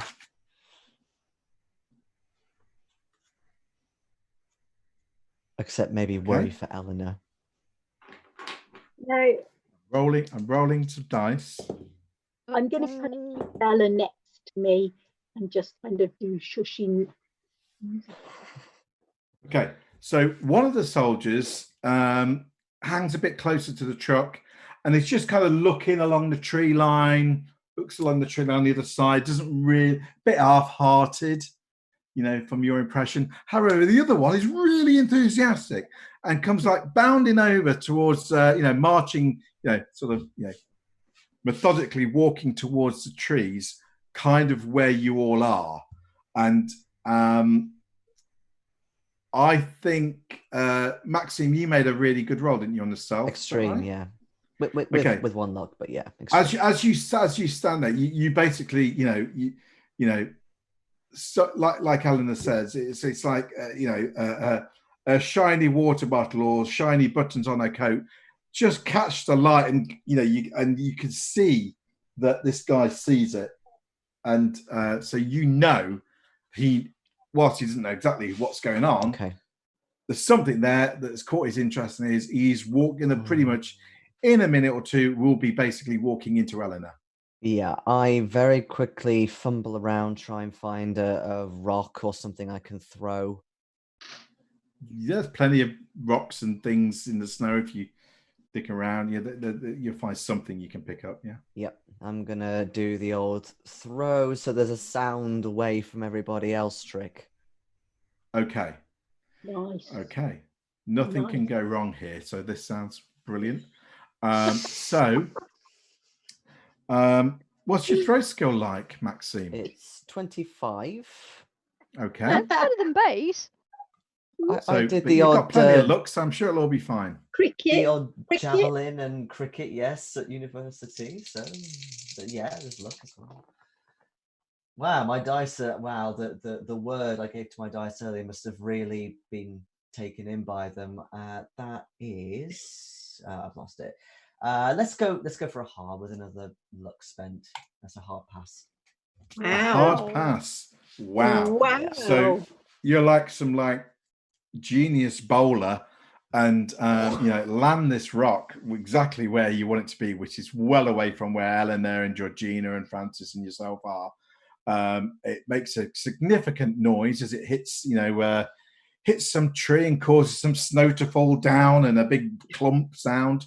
And it immediately makes the soldier look that way, and he turns back for a second, but he kind of heads towards the tree and starts to he has a little wander around the tree, looks around, but he's now looking in the wrong place. Clearly, you'd guess that he thought somebody was where you were, but they must have snuck towards a tree, made a sound, and now they're off somewhere else. So he kind of looks around, can't see anything. The other bloke at the van, who's now having a smoke in his fag, shouts out in Russian to me like, "Will you get on? We've got to be, wherever we got to be. Come on, stop chasing squirrels, basically." And the other guy, and turns around, walks back. The other guy's berating him for you have to spoil everything is all you can hear, something in Russian. And then they get in the van, and it takes off down the road. You seem to have managed to avoid any tricky situation there. Yes, I nailed it. I've always been rubbish at that kind of thing. You're so sneaky, Eleanor. Oh dear. Right, I shall help Bella back onto the path, the roadway, through any deep bits of snow, and encourage her to continue with our route. Yeah, let's get a move on, because it must be getting cold now. Yes. It's pretty cold. She still hasn't done a coat up, although she takes you now. She kind of walks back down this track for a while. About half an hour later, she turns into the forest. At that point, particularly probably Georgina is keeping an eye on him more than anyone else. It seems. You notice she starts to kind of button her coat up. Something. It doesn't really hit you at first because you just think it's. You look at her and you go like, "Oh yeah, she's done a coat up. That's a good thing." But something's not right. You can't quite place it. So maybe make an int roll for this one. Okay. She's dead, isn't she? Oh, that telling is you. a hard success. Okay, you realise because it kind of you're looking and you can't. In your head, you're kind of going, something not right. I can't work it out, and then it finally just drops. You realise it's really stupid and simple that all she's done is she's buttoned up her coat the wrong way.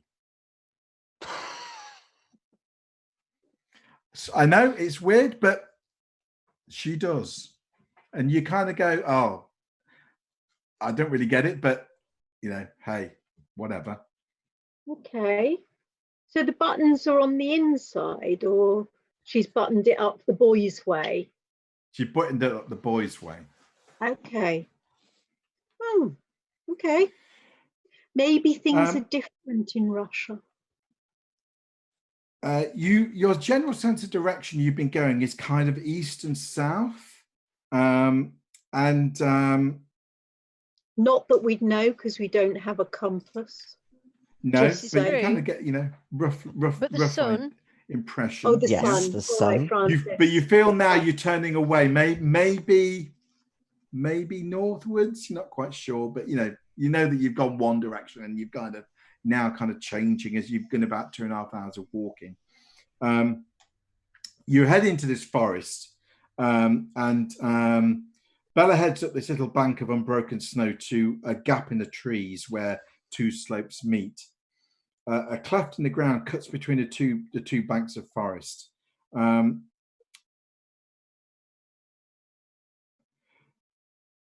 you kind of make your way following up at this little hill.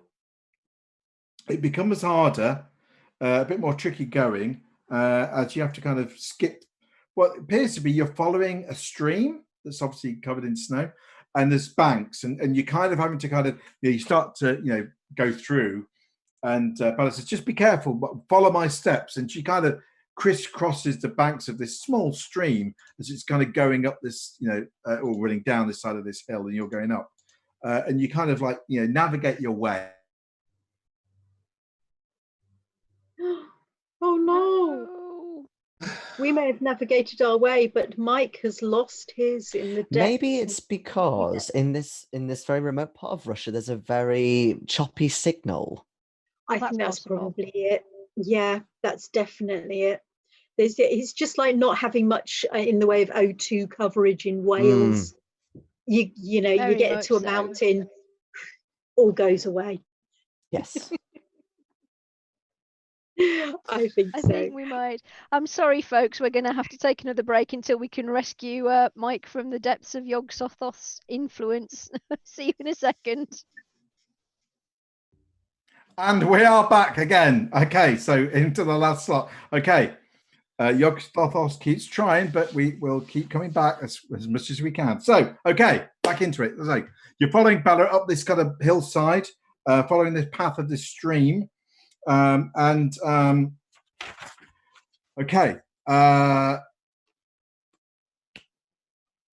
Okay, you can hear one of the Zalosny in the distance. You can hear it howling. You're not sure whether it's, picked up your scent or something, and maybe it's coming this way, but you certainly get that sense that's, staying here too long is not a good idea. But Bella she hears it, and you hear her kind of, you see this look in her eye, and she kind of hurries you on, and so you kind of we don't need hurrying telling on. You've now been going for about 3 hours. You are tired. However, she stops and she's looking through some of the trees, and she points, indicating you can see against the kind of side of this hill, there's this bare rock, and she's pointing to this rock on this kind of steep side of this hill that's ahead of you, and it's just kind of up ahead at the back of this small clearing. She kind of gestures you, and you follow her towards this kind of rock face, for the want of a better word.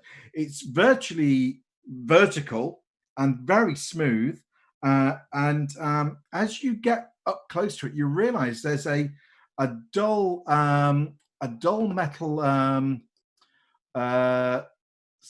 doorway in the side of this rock. It's like a slab of metal, and it's like a regular sized door. It fits smoothly, it's unadorned, and there's a kind of a rime of ice on it, and there's no visible handle or hinges even. Could I have a spot hidden roll? You can ask for a spot hidden roll, whether you get one. Oh, Jesus, You no. can have one, but I'm Yes, you can. by all of this to actually Naughty dice. get anywhere. Okay, so On me. Maxime, observant as ever, then you notice as you look around this kind of strange thing, you see that there's like a handhold low down towards the right, like a catch, and Bella just kind of points at the door, saying, "We must go through here." How big is the catch? Oh, you could get your hand. It's like you get your fingers through the little kind of latchway. Ella, why does your mum live inside a rock face? She doesn't live there. She's just through here now. This is why I must take you to her. You will understand when you see. I'd like to understand now. I don't can't think we've got a lot of explain. choice. There's a Zalosny behind us. We need to get No. into Yes. cover. I can hear it crying put again. my fingers through the catch and Okay, hope that it you will feel open that someplace. you feel the weight of the door, and there's not really a catch as such. It's more like you realize it's more like a handhold, and you kind of get the impression you just need to give the door a good pull, and it will come off or open in some way. Okay, do you want to give that a go? Yeah. Okay. Bit of Could brute you give me a force. strength? Could you give me a strength roll, please? Well, I can try. Bit above average. Oh yeah, absolutely. Yeah.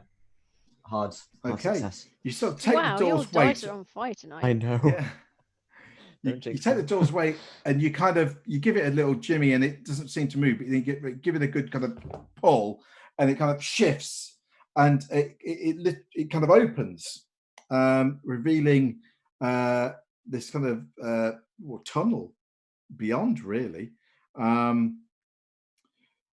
You see there are evenly built stone stairs leading downwards through what looks like a narrow passage, and there's some kind of illumination. The air, though, as it opens, is kind of acrid and kind of wafts upwards. Could you make a hard power roll, Maxime, please? This is the one I'm going to fail, isn't it? I can just tell. Okay. Oh yeah, very failed. Very failed. Okay. No, Just, I yeah, can't. you just kind of get this waft of air, and Bella kind of nods and kind of jumps through the door and starts walking down the steps saying, "Follow me." Presumably, Maxime, she sort of barges past you. Presumably, you follow her down, or Yeah. If I'm not kind of so taken aback, I can't go forward or anything. No, you're fine. You're fine. It just, it was just a bit strange, obviously. Okay. I suppose his first thought is, does it smell of kind of decomposing bodies or anything? Not really. It's more just like an acrid smell. It's not really. It's difficult to place. It's just, it's like a slightly unpleasant smell rather than like, it doesn't smell of death in that way. It's Okay. just an unpleasant smell. Just making sure. But yes, okay, yeah, he does follow. Okay, so do the rest of you follow? Yeah, is the door going to be able to be pulled to behind us gently so that we can get back out again? But Zalozny might not come in. I'm going to sort of check its mechanism before I do anything that can't be undone. No, as you pull the door, it kind of it's not light, but you give it a good shove, and it closes, with a little bit of a clang. Seems pretty firm in place again. Okay, but we'd be able to get out from inside. Well, you hope so. Now it's shut. Yeah. Yeah, really hope so. Can the rest of you, apart from Maxine, now make a hard power roll, please? Oh, we're having to make a hard power roll. Hard power roll. Oh God! Come on, dice. I can. That is a pass. No, I can't. No, not even vaguely. At least Francis isn't under the witch's spell. No, I failed it. Did Eleanor make it, or you failed it? Okay. I haven't passed a single roll tonight. Wow. So, Georgina, you make it. As you go down these stairs and the kind of smell kind of hits you, it's like it's familiar. It's almost like you've been here before. It's the strangest thing. You can't place it, but it's almost like that strange kind of vague sense of deja vu. And the light, there's definitely a glow from below coming up. Okay. How dark is it? Is it lighting a lantern? No, because you've got this glow coming up. It's dark at the top, but there's a glow, so you can see the stairs. And as you go down, it's lighter and lighter until you don't need a lantern. The steps kind of go down and they smooth, but they're easily traversable. And Bella is hopping along out front untroubled, but the air is, as I say, stale, kind of unpleasantness to it. The glow brightens and opens up, and you realise that you've stepped. As you said, you can seem to have changed orientation somehow. You don't kind of lose your footing or anything, but you realise you're now actually going up, not down. Oh. And if anyone's counting, you've probably gone about 50 or so steps, and you can see an opening now ahead of you. Again, it's kind of like a door shaped. And as you look, if you turn back and look where you've gone, it's all pretty dark now down there. It's like the glow is gone, and you kind of, it looks far more enticing going forward because you can see a light, you can see a door, a way out, and you head to the door following Bella, and you come to the opening. You see this sort of, you're looking through it, you see a level but undulating kind of vista, pretty much expanding as far as the eye can see. The sky is white. There's no clouds, no sun, but there's a kind of like an even illumination that kind of spills across the landscape. the air seems quite still. There's no one around, and there's no structures. Or anything like that. And the ground seems to be of a kind of a fine pale earth, almost sand-like. And the doorway ahead of you, you're at the door. Do you want to step through onto this vista? Can we see anybody through there? Can we see Anna at No. all? No. Is Bella stepping through? Bella steps through and sort of looks back and gestures you this way to my mother. Well, Maxime's in for a penny, in gonna- for a pound. Poke the sand with his stick. It's almost like we've travelled to the world of the dead. The bottom We've of come the this lake. far. I can't. I'm good. I'm just going to follow her. Yeah. I'm And gonna be we've lost bold. Mike again. He's got just- overexcited and frozen. Oh no! Oh no! Oh. Oh, look at his. How is he managing to do this every Excitement. time with the It's- most yeah, that- appropriate facial It expression? takes It's a just skill, superb. doesn't it? It's like So- it's like cliffhangers. So, folks, I think we're going to have to cliffhanger for a second while we try and get him back again. Mhm. I think that given it's Okay, right. Okay, so we're at the doorway. Bella is pulling you through. The sand that you're poking is like sand, nothing unusual other than it's Okay. a pale grey colour. There is nothing really beyond other than this kind of blank kind of landscape. Do you want to go through the doorway? I think reluctantly, yes. Well, yeah, we're going to have to. Yep. Okay. Yeah. But Maxime's convinced it's the bottom of the lake. That's a good say a idea. prayer as I walk through. Ooh. Oh, yeah, a bit of Okay, genuflection just for the. Okay, you walk through, and as you work through, it's almost like the landscape lurches suddenly, and you feel this kind of momentary kind of disorientation, and you feel your heart's racing. You know, it's like it's something, you know, I don't know, jarring. It's like you've just entered somewhere that your body didn't like almost. It sort of sends shivers running up your spine, your hair stands on end, and you make a sanity roll. Of course we do. Well, based on the fact I've made one roll this week, this is not going to go well, is it?